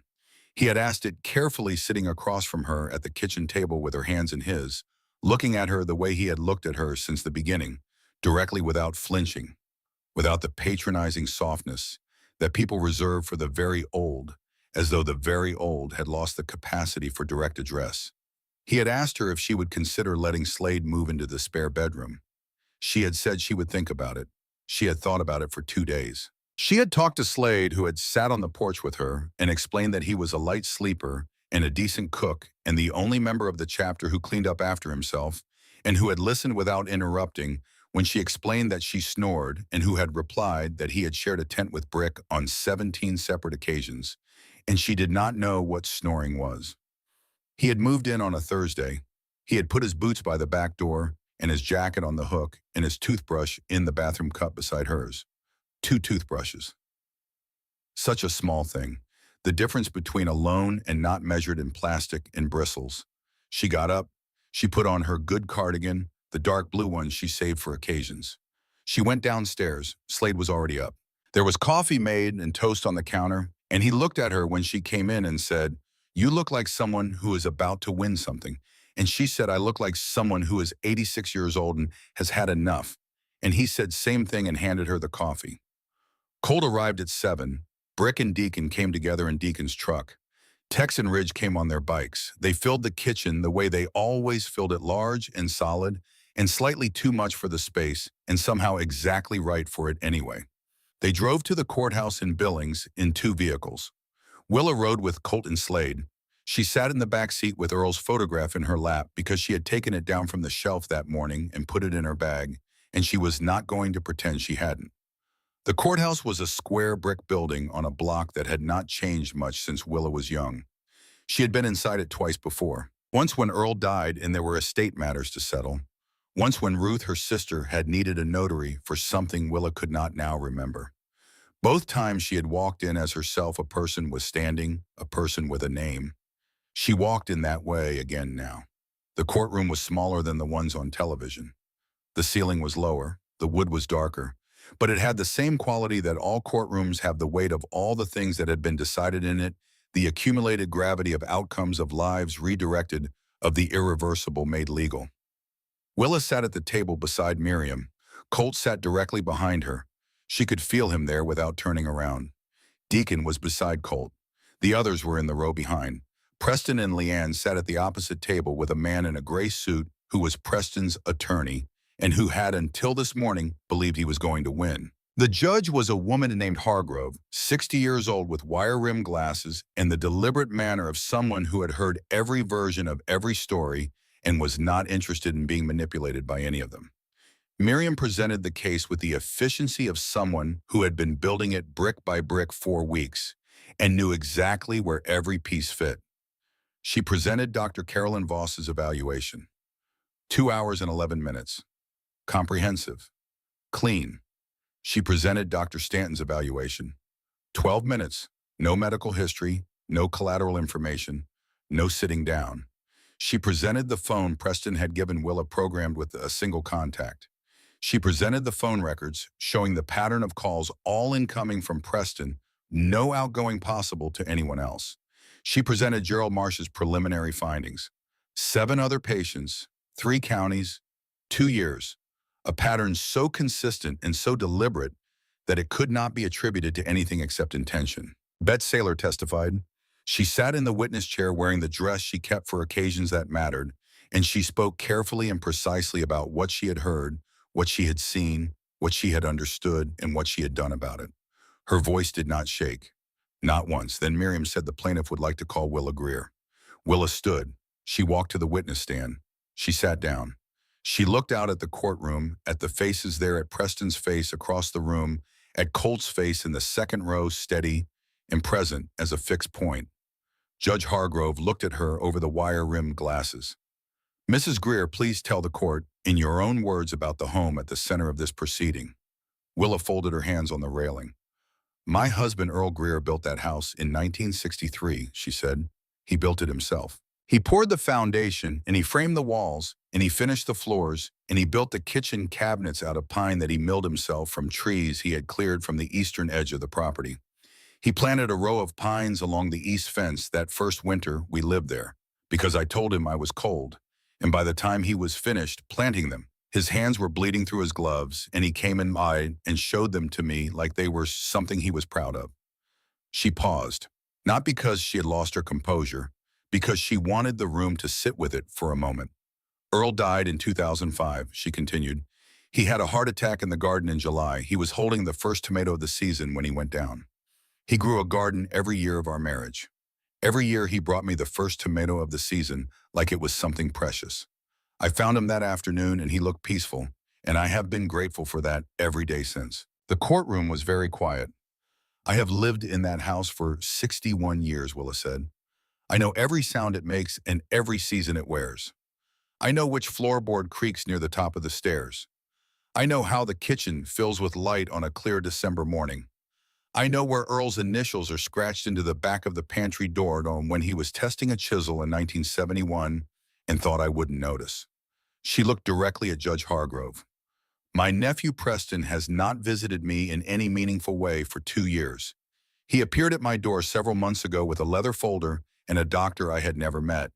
And in the weeks that followed, he arranged to have me evaluated by that doctor for 12 minutes, isolated from anyone who might have helped me by giving me a telephone that could only call him, and pressured repeatedly to sign documents that would have transferred control of my home and my finances to him before a court he had arranged could rule me incompetent. She did not look at Preston. I am not incompetent, she said. I am 86 years old. I am sometimes cold in the winter. I do not drive anymore. My hip makes climbing stairs slower than it used to be. But I know what year it is and who the president is and how much my house is worth and why my nephew wanted me to sign those papers. She paused. I know exactly what was happening to me. I knew it from the beginning.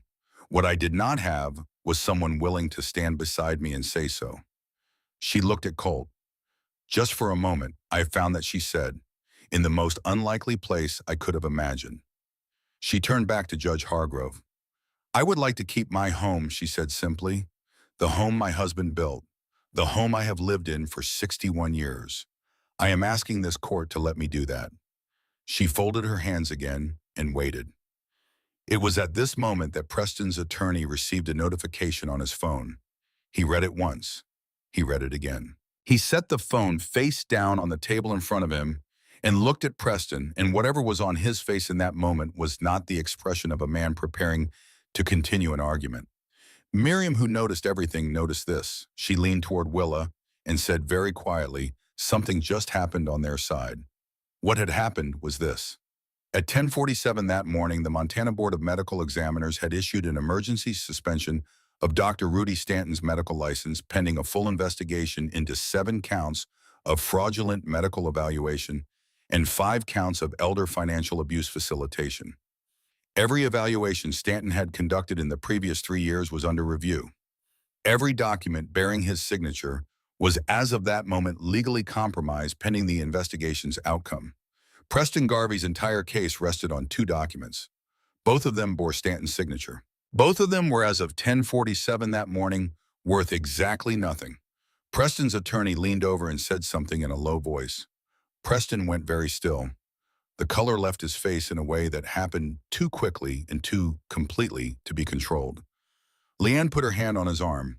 He shook it off. Judge Hargrove looked over her glasses at the defense table. "Counselor," she said, "is there something you'd like to bring to the court's attention?" Preston's attorney stood. He was a competent man in difficult circumstances, and he did the only thing a competent man in those circumstances can do. He told the truth. "Your Honor, the court has just been informed that Dr. Rudy Stanton, whose evaluations constitute the evidentiary basis for this petition, has been suspended from medical practice by the Montana Board of Medical Examiners, pending investigation into multiple counts of professional misconduct. In light of this development, the defense would request a continuance to assess." "Denied," Judge Hargrove said. She looked at Preston Garvey for a long moment. The particular look of a person who has heard every story and has decided exactly which story this one is. "This petition is dismissed," she said, "with prejudice." She removed her glasses. She looked at Miriam and then at Willa. "Mrs. Greer," she said, "you are free to go home." The settlement happened 4 days later. Preston accepted every term Miriam put on the table. 2 years of supervised probation, full restitution of every legal fee Willa had incurred, a permanent restraining order, a lifetime prohibition on serving in any fiduciary or guardianship capacity over a vulnerable adult in the state of Montana. His attorney did not try to negotiate. There was nothing left to negotiate with. Rudy Stanton, 3 weeks after the hearing, entered a guilty plea on 3 counts of fraud and 2 counts of elder financial abuse. He was sentenced to 14 months in a minimum security facility. He would not practice medicine again. Preston and Leanne sold their house in Helena and moved to Arizona. 6 months later, a letter arrived at Willa's address. No return address, postmarked Scottsdale. A single sentence on a single sheet of paper. "I'm sorry." Willa read it at the kitchen table on a Tuesday morning with her coffee beside her and Earl's photograph on the shelf above the refrigerator. She sat with it for a long time. She looked at it the way she looked at everything that was difficult and true and beyond easy resolution. Then she folded it carefully in thirds and put it in the kitchen drawer between the spare batteries in the takeout menus she never used and the letter Earl had written her on their 40th anniversary that she had read so many times the creases had worn through. She never mentioned the letter again. Bet asked her once months later whether she had forgiven him. Willa considered the question for a long moment. "I don't hate him," she said. "He was my sister's child. I remember him as a boy. I remember what he was like before he became what he became, and I don't know when that happened or why, and I suppose I never will." She was quiet for a moment. "But forgiveness is a door, and I am not the one who closed it. He will have to find his own way to that." That was the last time either of them spoke his name. Winter came harder than usual that year. The first snow arrived before Thanksgiving, 6 inches overnight, and it stayed. The temperature dropped and kept dropping, and Willa's pipes came very close to freezing on a Tuesday in December before Slade caught it and got the heat tape on the vulnerable runs in the crawl space before anything burst. In January, Willa got sick. It started as a cold, the ordinary kind, a week of tea and rest, and Slade making soup in Earl's kitchen with a competence that Willa found both comforting and slightly surprising. But the cold moved into her chest and then deeper, and by the end of the second week, Dr. Voss had admitted her to St. Peter's Hospital in Helena with pneumonia. The hospital was the kind of place that exists outside of time. The halls were the same color at midnight as they were at noon. The machines beeped in rhythms that had nothing to do with the rhythms of ordinary life. The nights were very long. Colt took the first 2 nights. He sat in the chair beside Willa's bed with his jacket across his knees and his phone face down on the windowsill, and he was simply present, which was what was needed. When Willa woke in the small hours of the morning, disoriented and cold, in the particular way of hospital rooms, he was there. He got her water. He asked her what she needed. He stayed. Brick took the 3rd night. He was too large for the hospital chair, in a way that was almost comical. His knees angled out and his shoulders wider than the back of it, but he settled in with the same patient acceptance with which he approached everything that was not quite built to his scale. And when the night nurse came in at 2 in the morning and found him there, she did not ask questions. There was something in his presence that made questions feel unnecessary. Deacon came the 4th night and the 5th. He brought a book, the same one he had been reading at Milford's the week before, and he read quietly while Willa slept, and when she woke, he told her about the book in enough detail to distract her for the 20 minutes it took the night medications to do their work. Slade drove in from the house each morning to take the day shift sitting with Willa through the hours when the hospital was loudest and brightest and most disorienting, bringing her tea from the cafeteria that was not as good as her own, but was hot, which was what mattered. On Friday night, Tex came. He had brought a paperback Western from the rack at the hospital gift shop because he had not thought to bring one from home, and he settled into the chair and opened it and began to read aloud. He did the voices. He did all of them, the grizzled sheriff, the young deputy, the villain who spoke with an accent of indeterminate origin that became more dramatic with each scene. He was not good at it.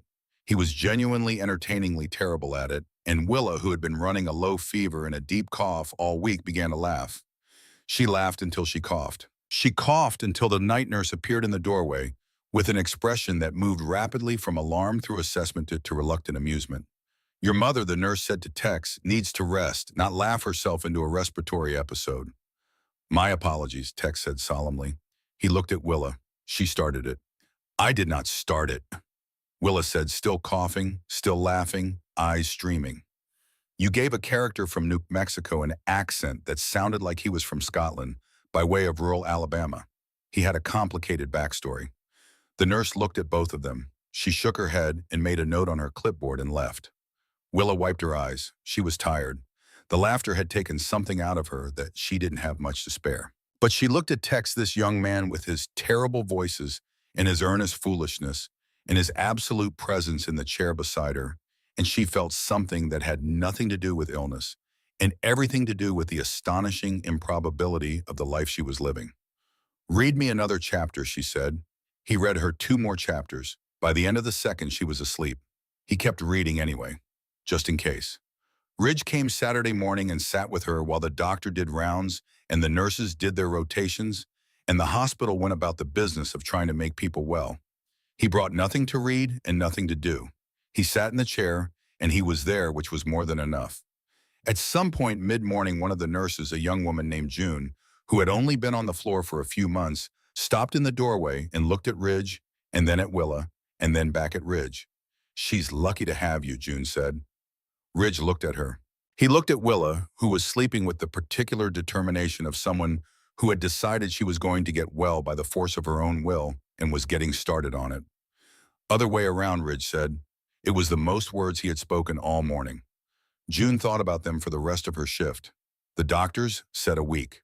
Willa made it 8 days before she told Dr. Voss with complete clarity and considerable firmness that she was going home. Dr. Voss reviewed her chart, listened to her lungs, and said that her lungs were clear enough to continue recovery at home, provided she rested and took her medications and had someone with her. Willa said she had 6 someones. Dr. Voss said that sounded like more than enough. They were all waiting when Deacon's truck pulled into the driveway on a Sunday afternoon. All 6 of them. Colt on the porch steps, Brick near the door, Tex and Ridge at the edge of the driveway. Slade coming out through the front door with a dish towel over his shoulder because he had been in the kitchen and had not quite made it outside in time. The house was warm. Slade had made soup, the same one Willa had made for Colt the night after Miriam had first come to the house, because he had asked Willa for the recipe the week before she went to the hospital and had written it down on a piece of paper that he kept in his jacket pocket. On the kitchen table, there was a single sunflower in a glass of water. Nobody mentioned who had put it there. Nobody needed to. Willa came up the porch steps with Deacon's arm for balance and Colt's hand waiting at the top, and she stopped on the new porch boards and looked at these men, her men arranged around her house in the gray December light. "I asked for 1 son for a day," she said.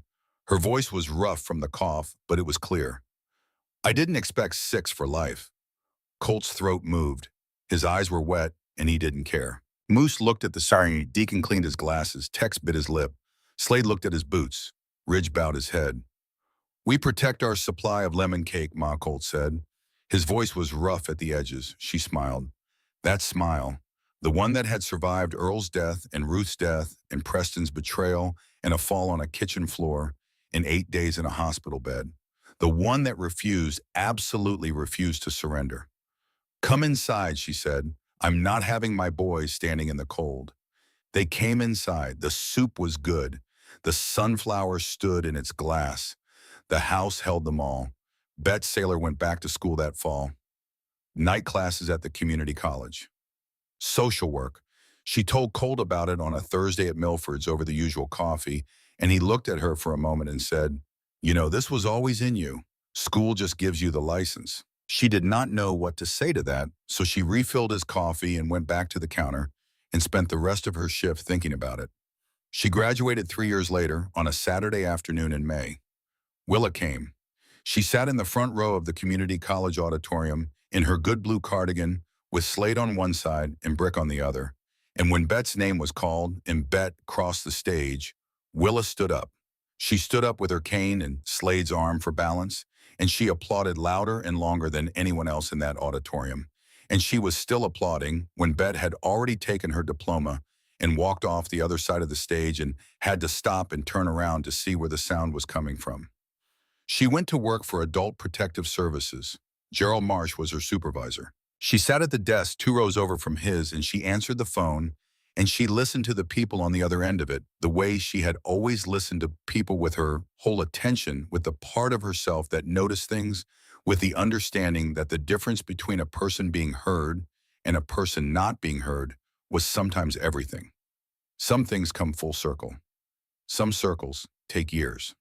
In the 5th year after the Thursday at Milford's Diner, Willa Greer turned 91 years old on a Tuesday in June. She woke to the sound of someone in her kitchen. This was no longer unusual. Slade was always up before her, and the sounds of another person moving around in a house she had lived alone in for 17 years had taken some getting used to and was now simply the sound of morning, the sound of not being alone, the sound of 2 toothbrushes in a cup. She went downstairs. The kitchen was full. Colt was at the table with a cup of coffee he had made himself, because he had been making his own coffee in this kitchen for 2 years now and knew where everything was. Brick was standing near the back door, too large for the space in the way. He was always too large for spaces, with a wooden chair under one arm that he had built himself over the winter, white and solid, with armrests worn smooth. He had made it for Willa. He had spent 3 months making it in the evenings in his garage, and he had not told anyone he was doing it. Deacon had brought flowers from the nursery in Helena. He set them on the counter and stepped back and looked at them and moved them 2 inches to the left and seemed satisfied. Tex had attempted to bake a cake. The evidence of this attempt was visible on his face, his shirt, and the container he was carrying, which had the approximate appearance of something that had made a decision it regretted. Slade, who had seen the cake in the making, had quietly driven to the bakery in town at 6 that morning and returned with a white box tied in blue ribbon, which he had placed on the counter without comment. Ridge was on the porch. When Willa opened the back door to look, he turned around. He looked at her for a moment with the particular steadiness that had always been his way, the economy of a man who does not perform what he feels but simply feels it fully without announcement. "Happy birthday," he said. 2 words. "Exactly enough. Come inside," Willa said. "All of you. I'm not having my boys standing in the cold." They came inside. The kitchen was not built for this many people, and it had never mattered. Brick sat in the new chair he had brought, which fit him. Deacon sat across from Colt. Tex sat on the counter until Willa told him not to, then sat on a kitchen chair instead. Slade leaned against the wall near the back window the way he always did. Ridge stood. He was most comfortable standing. Willa had stopped trying to seat him. She looked at them. These 6 men, these men who had been strangers on a Thursday morning and had become, through a series of choices made rapidly and without hesitation in a diner on Route 9, the fixed points of her life. She thought about the woman she had been the morning she had walked across that diner. The woman with shaking hands and a purse held to her chest like a shield, and a question that had cost her everything she had to ask.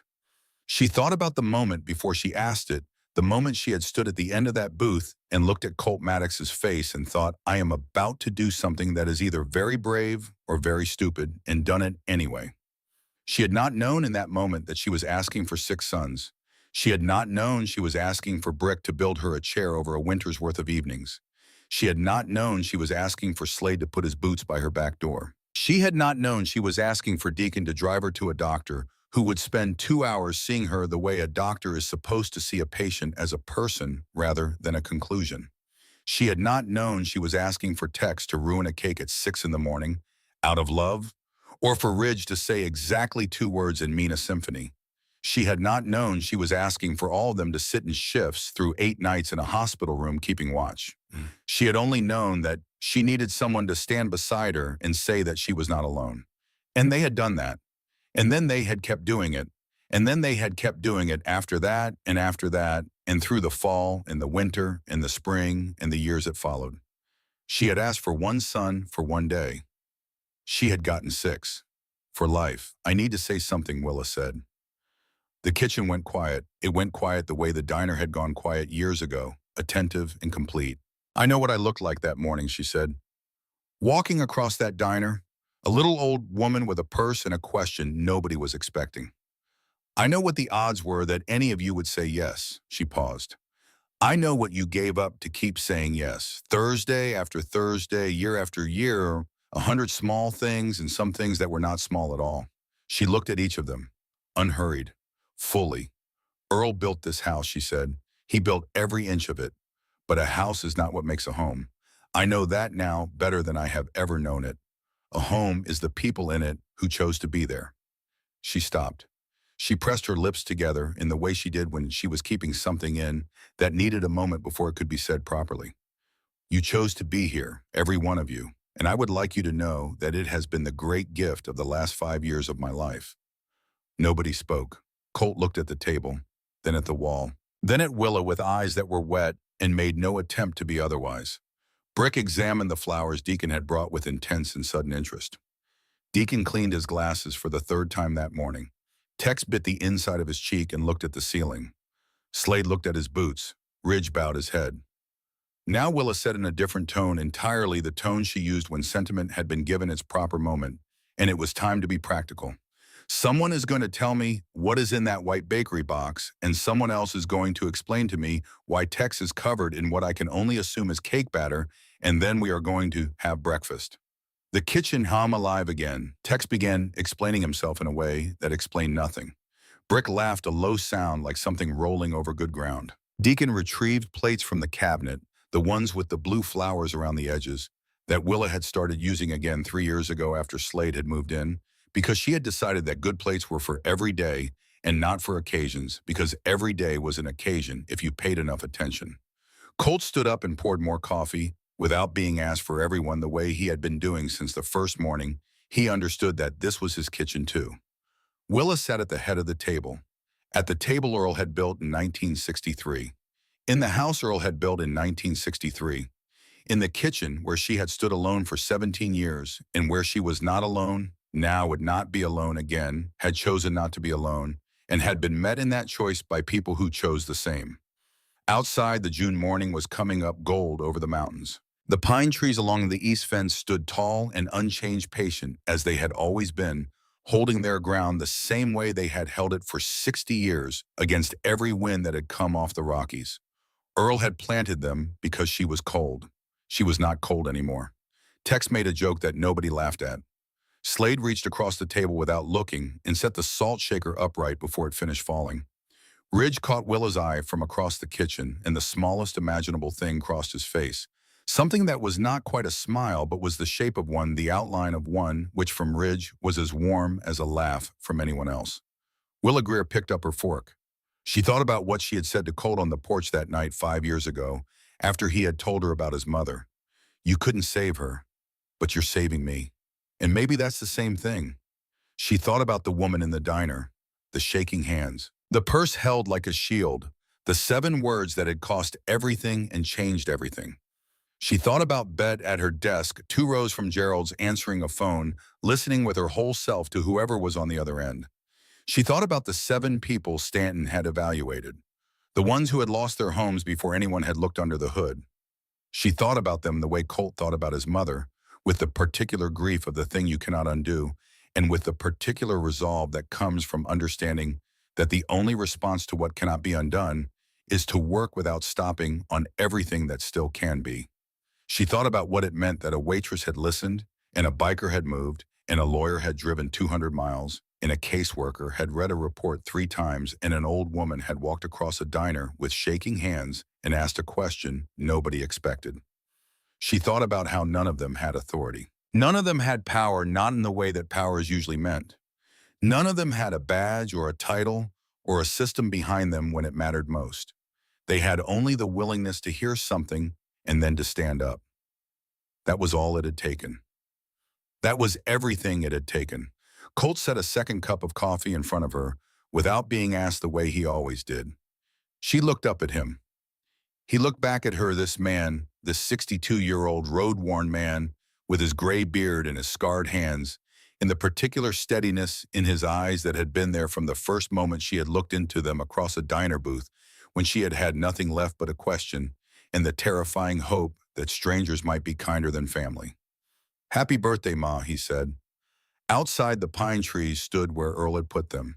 The morning came up gold.